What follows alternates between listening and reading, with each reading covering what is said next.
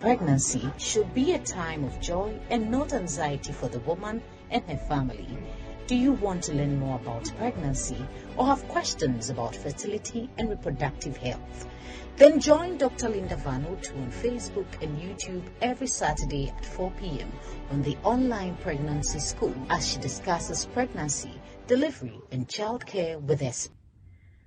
Well, ladies and gentlemen, once again, it is time to come your way with the online pregnancy school. We thank God for a new month.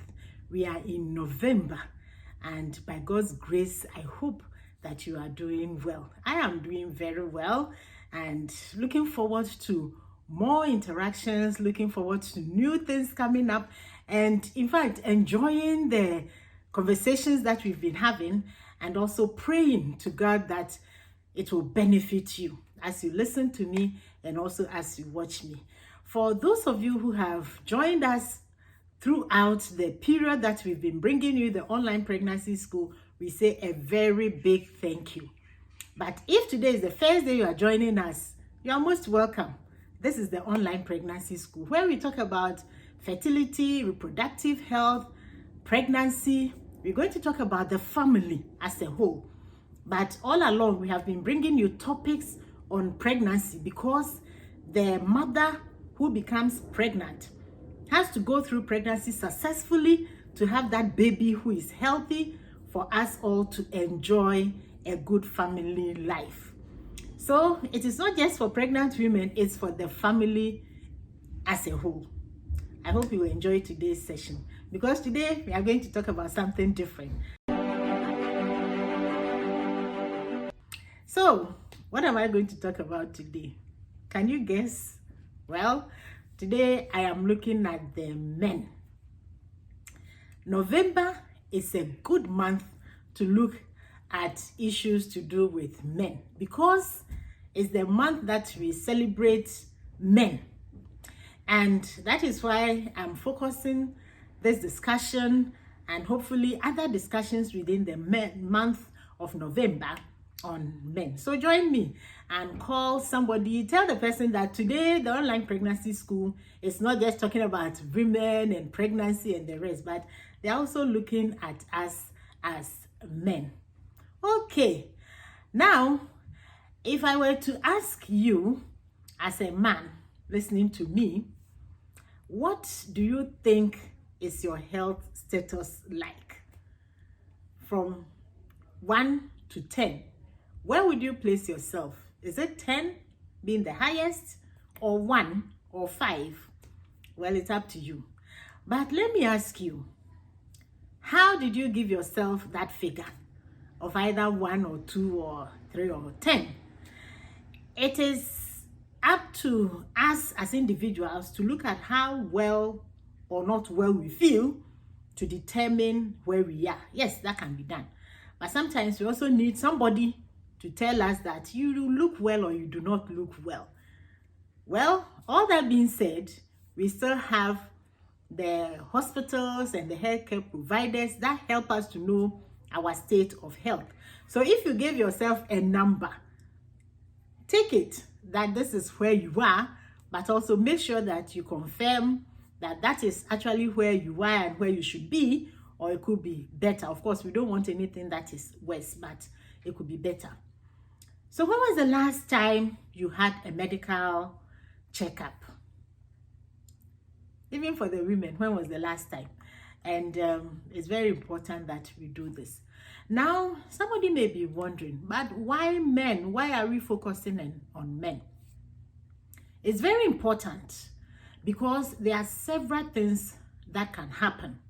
And from what I'm talking about now, that is looking at the International Men's Day, there are certain pillars that they want to use to draw attention to men. One of them is that the mental and physical state of men are very, very, very important. The states of their mental health, the state of their physical health are very important. So we need to look at that. Most of the time when we talk about gender issues, we think about the female and probably not think so much about the male. But looking at focusing on men generally, we're also trying to enhance gender relations between these people. And again, when we look at the health system generally, we find that there's a lot of focus on men, women, and children, with very little focus on men. And that means that there is inequity when we look at the services that we provide. So this is kind of trying to bring attention to the fact that this inequity must be addressed. The other thing is that a lot of people, when they are talking about discrimination, may look at specific populations. For example, children or women or the elderly or people with one disability or the other. But hardly do we look at discrimination against men. So that's another area that is important to look at. And this is one of the pillars for celebrating this day. Another thing is that we encourage men to take up certain roles. Some of them are taken for granted, and others, they need to be not coerced as such, but also supported in the roles that they perform. So there's the need for promoting positive male roles in wherever societies we are or wherever homes we find ourselves. So that is important. Now, when you put all these together, I'm sure you will understand that it is important to focus on men because it will help to create a safer and better world. And the world is used to mean where you are staying, whether it is your home or the community in which you are, the workplace, the school, or the world as we know generally. So it's very, very important to focus on men for specific reasons to make the world a better place for all of us. Ladies and gentlemen, today I am talking about men. Again, this is still the online pregnancy school. And it's important because we need a man to make a woman pregnant. Naturally, that is what should happen. And if the men are well positioned, then I believe that the families would also enjoy their lives better. So it's important to focus on men, and that is what I'm doing today. If you haven't done that yet, please go ahead and hit that subscribe button, and remember to turn on the notification bell, because it is a very important platform for us all to join to make the home a good place for everyone, whether you're a female, a male, or a child, or even an elderly person. So today I'm talking about men. In terms of the International Men's Day, every year they try to bring out a theme to address some issues that have been found which need to be addressed to make the men better than probably where they are or how they are, or move them on to become who they have to be in the future. But for me, I believe that the theme should be quality and optimal health for boys and men for healthy families. That would be my theme. So I'm looking at how we can provide such good health to help the men and the boys to obtain an optimal level of health so that the families will be better. Because when you look at it, the young men, young boys would grow up to be the adult men. And therefore, if we concentrate on their health whilst they are young, they will grow up to be healthy. And that means that they will help to make the family also a better place. So for me, the theme is quality and optimal health for boys and men for healthy families. If you look at males and females, they are different in some ways. Apart from the anatomy, which you see, there are also certain things that have been found to be different. And even whilst a mother is pregnant, if the child is a boy, then the chances of this child surviving after the child has been born preterm are unfortunately lower than if that baby is a girl. And it's been explained with hormones and the rest, but that is what has been found. Another thing that science has found is that men tend to die a bit earlier than women. So you find that in most married homes, the father may have died and the mother is still alive. In some places, it's even found that generally there's about 5 years difference between them, the times that they die. So you find that a man will die and the wife will be around for about 5 more years before she also dies. Now, it's also been found that most men do not take so much care of their health as the women do. And these are for various reasons that we will look at. But then, I'm sure for those of us who work in the hospitals or know of how people go to the hospital, you will appreciate that most of the time you see more women attending hospitals than the men, because this woman, the slightest thing, she would want to go and see a healthcare provider or even go to the pharmacy or somewhere else to get some medication. So it's seen that that is another difference between the female and the male. Now, the causes of ill health in men are known. Most of the causes are known, and most of them, as they are known, some of them are preventable, but others are also treatable. So it means that if the men were to present themselves to the hospitals to access care early, some of these diseases or illnesses would be diagnosed early and treatment could be started early for them to also survive their time that they are not well. So these are some of the things that are different between men and women as they seek healthcare. Now, for us to know specifically what we are talking about in terms of health, it's important to understand the definition of health so that when we go a little more into detail about men and women, or today we are focusing on men, you find that every one of them is important for us to go through to have optimal health. If you look at the WHO definition for health, they don't just focus on the absence of disease. And that is important because if you are sitting down, you don't have a headache, your blood pressure has not been checked and said that it is high, or you don't have diabetes or anything, doesn't necessarily mean that you are healthy. Because health should be a state of completeness, physical, mental, social well-being, and not just the absence of disease. So disease is different from well-being. And therefore, if we want to look at it as a whole, then for somebody to say that I am healthy, it means this person must have everything at the appropriate level, the optimal level. It may not be 100%, but it should be at a level where we know that this person is healthy. That is how it will be defined.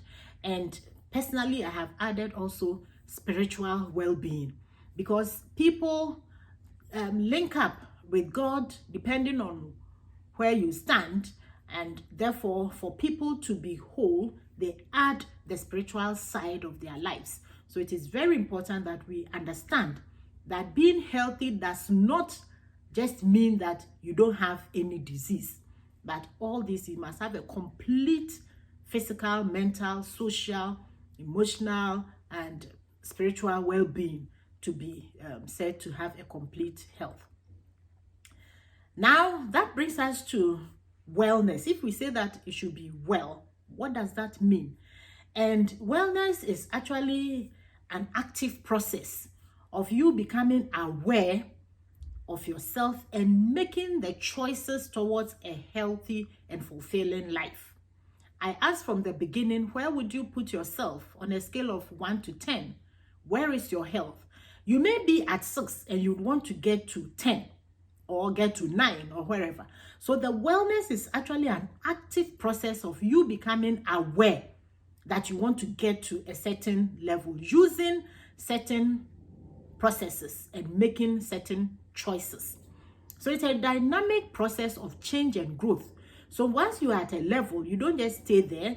For you to have that well-being, you move on to another level. And therefore, the two concepts of health and wellness are not opposite. They really go hand in hand. For me to be healthy, I need to also have that ability to make choices that are healthy, that will be within the wellness group to help me to get on to be a healthy person. So if health is your goal, and I've defined health, if that is your goal, then wellness is the way to go to achieve it. So it's the action that is taken whilst you are still not having a disease, whilst you have not been diagnosed with a disease, is the process that you take to maintain your health. So it is not when you are not well that you say, I'm practicing this. No, you take steps that will help you to maintain a good health. However, if you are born with a certain disease, for example, somebody who is born as a sickler, somebody with sickle cell disease, not someone who falls sick often, but with sickle cell disease, which has its own meaning, then that is also a condition that you can use wellness to help you to live a good life. So even though that may not be taken away completely, unless by God's grace and by a miracle, but if you were born with a disease that it is said to be from birth, that it cannot be taken away, you can still practice wellness because you know what to do, the choices to make for you to ensure that you continue to live healthy lives. I hope we are getting that. Becoming interesting, right?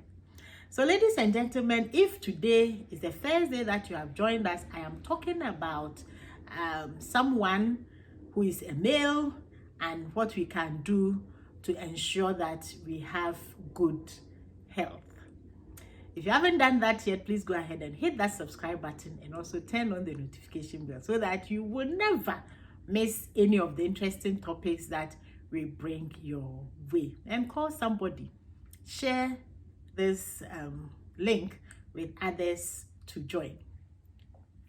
Now, having known about health and wellness, what are some of the things that will determine the health of someone? Again, looking at the World Health Organization, there are some determinants of health. I may not go into detail in every one of them, but I'll just give you the highlights. So we find that the social environment of the person is very important. It is important because it can impact what you do. And if you remember the wellness, you find that whatever choices you make can have effect on your health. So the social environment is key. Likewise, the economic environment. We find that some people are placed in certain areas where access to health is even very difficult, or access to water, or access to something because of the economic power that is not available. So that alone can affect the person's health.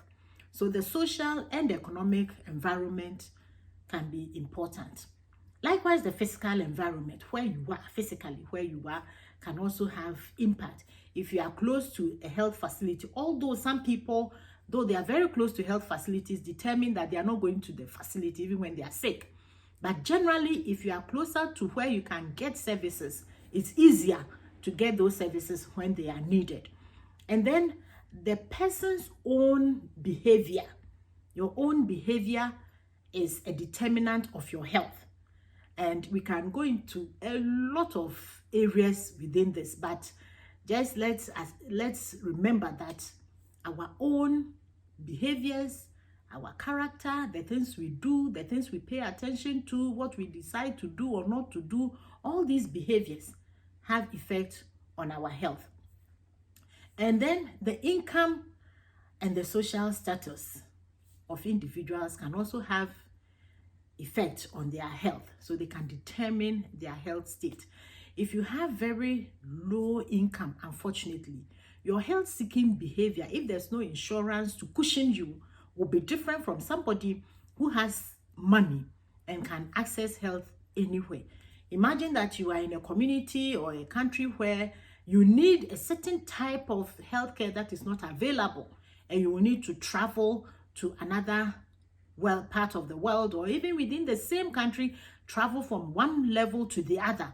If your income is not that high, it can affect your health-seeking behavior, and therefore that can be a negative thing on your health. And then the fact that if people are setting up areas to provide care, they may take into account the place to set it up. So if you are setting up in a place where the purchasing power is not so high, the kind of services that are delivered there may be a problem compared to if they are set up in places that people can buy whatever they need to buy. So you find that the gap between the rich and the poor would also affect the kind of health that we believe we can receive. Ladies and gentlemen, I am talking today about men, and we are looking at the health status. And it's good that you kindly look at yourself and see where you are, so that you can position yourself to get the health that you need. Now, there are also certain factors that contribute to the health of people. Here it can be the man or the woman, and one of them is education. And here I'm not talking about just the formal education. Formal education, yes, because if you are educated, you can read, you can appreciate certain things from what you read, and also decipher whether something is good for you or not good for you. But even in the informal sector, the access to education, how well people listen to things, how well they are able to read, how well they are able to make meaning of certain things, can affect their health. So you find that people who are able to educate themselves either formally or informally may have better health, because they will be linked to that. And then the people who have lower level of education may not be willing to read more about health, may not be willing to apply certain things, and therefore that can affect their health. And I've mentioned about the physical environment, and this can include even access to safe water and clean air. With the COVID, we realized that it was difficult for people to be in the same room if one person had, unfortunately, COVID. But then, if that is all you have, what can you do? So the access to the physical environment, the water that you have, if you have to have a bath, if you have to wash your hands, we were supposed to be washing our hands very, very often. But if you are somewhere that water is a challenge, then you understand that you cannot wash your hands that often, and that could be a problem, not just for the COVID, but for other diseases as well. In some other instances, also for the men, where you work, some men work in areas that are really challenging for their health. So the environment in which you work can be really difficult, and even the roads that are available in the physical space that you find yourself. So that can affect health. And then also the employment. People who are in better employment situations may have even access to insurance from their workplaces, which means that when they are sick, they have access to big hospitals, or if they need to go for any test or they need to go for any procedure, the facility can help them to do that. So it is very important that we understand that this can also contribute to our health. Now, the other factors include the social support that we have, and this is key also for the men. It is important because if we have greater support from our families, from our friends, and from our communities, it is found that these are linked to better health. Maybe you have something going on and you have a social support network that will help you. You have somebody you can talk to about what is happening to you. The person can lead you to go on to seek medical care. So that becomes important. And then the other thing is to do with the culture, the customs and the traditions, the beliefs that we have. And this specifically can affect male health, because in some communities, it is believed that the man is strong.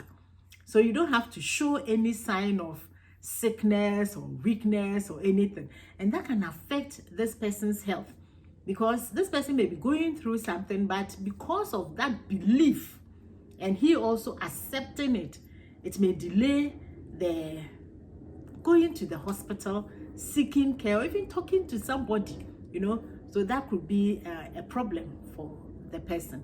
And this is linked to how men are seen compared to how women are seen. Generally, in some societies, it is believed that as for the woman, she's in quotes, she can be weak, or she can be the timid one, but the men, they are not like that.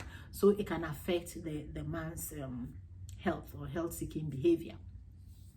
Now, another thing is that just the fact that you are a man, the kind of sicknesses that can happen to you may be different from what can happen to somebody who is a woman. So that alone can also be a reason for differences in what can happen to men and women. Ladies and gentlemen, I hope you're enjoying today's session, and we are talking about the man. I've taken you through the definition for health and wellness and some of the things that can affect the health of men. Now, I want to share a little bit about some of the disparities that we have with men. And one of them is that although more women are diagnosed with depression, about 50% more than men, the men, when they are depressed, some of them miss the signs. And unfortunately, they take to other activities to kind of deal with the situation that they are in. So you can have some of them taking to excessive working all the time to make them feel like everything is okay, or they can take to some other things like drinking, or some of them smoking, or some of them unfortunately taking to violence, taking it on different people. Could be people at work or even people at home. So they do that. And for some of them, it's because they don't want to come out to say, look here, I'm depressed, or I feel I need help, because of the fear of being tagged as weak. I've told you about the challenge that the men are supposed to be strong. So if they come out like that, then it may be a problem. So they would not want to do that. They would use different things to address the state that they are in. And then that means that the men kind of stay with their conditions for a long time before they seek help. And this may overwhelm them. So it gets to the stage where, although women suffer more depression than men are more likely to commit suicide. It's about 3 times the rate in women, because of all the challenges that they go through without necessarily knowing how to handle that. So that can be a problem. Now, having said all this, I just want to now bring to your attention some of the risk factors that we have that unfortunately affect the men's health. One of them is that some men are not aware of the enhancers and risk factors for health. Some people may not have gone to the hospital for any checkup or for any education, health promotion activities, nothing, because they feel okay, they think they are well.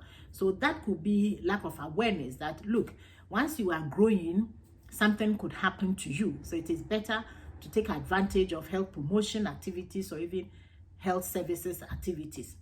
And also from the health sector, we have focused so much on women and children. Unfortunately, we have left the education of men on health issues for a very long time.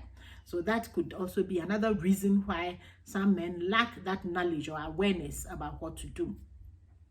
Now, for others, it is just because they don't really want to know. Somebody was telling me about a man who was not feeling well. So this friend asked him, when was the last time you went to have a checkup? He said, oh, why should I go? I haven't gone for about how many years now, So they don't want to know. Some people, it's because they lack the interest of knowing about their health. So they prefer not to do that. And then also for others, it may be because we don't have male tagged activities specifically in some of the areas that we come from. So you see that the hospital may be caring for everybody generally, but they have areas for children, they have areas for people with this particular disease or that particular disease, but you will not find one that is tagged as for men, for them to go to for activities that are going on for men specifically. So that may be a reason why some of the people do not go. And then it may also be that the men haven't asked for a change, so the status quo is going on and there hasn't been a need for a change. Ladies and gentlemen, that is why today I am here talking about the men, because November we are focusing on men. If the family will be healthy, if the women would have babies, they need the men to be healthy so that they can also become pregnant. So today I have taken you through some of the determinants of health, some of the risk factors, some of the things that will contribute to poor health in men. And all these are linked to the fact that I believe that we should have quality and optimal health for boys and men for better families. I'm sure you agree with me. So we'll end here for today. Now remember that this is the online pregnancy school, and therefore if you haven't got yourself a copy of the magazine, just go ahead and get a copy. For everyone planning on becoming pregnant, a young lady planning on becoming pregnant, that book will be good for you. So if you want to get one whilst you are in Ghana, just give me a WhatsApp message on +233 59 242 0625. And if you have any question on what we have discussed today, especially the men, please send me a WhatsApp message on the same number and we'll get back to you. I'll see you in the next video where I'll continue with the discussion on the men. See you. Bye for now. Pregnancy should be a time of joy and not anxiety for the woman and her family. Do you want to learn more about pregnancy or have questions about fertility and reproductive health? Then join Dr. Linda Vanotoo on Facebook and YouTube every Saturday at 4 p.m. on the online pregnancy school as she discusses pregnancy, delivery, and childcare with us.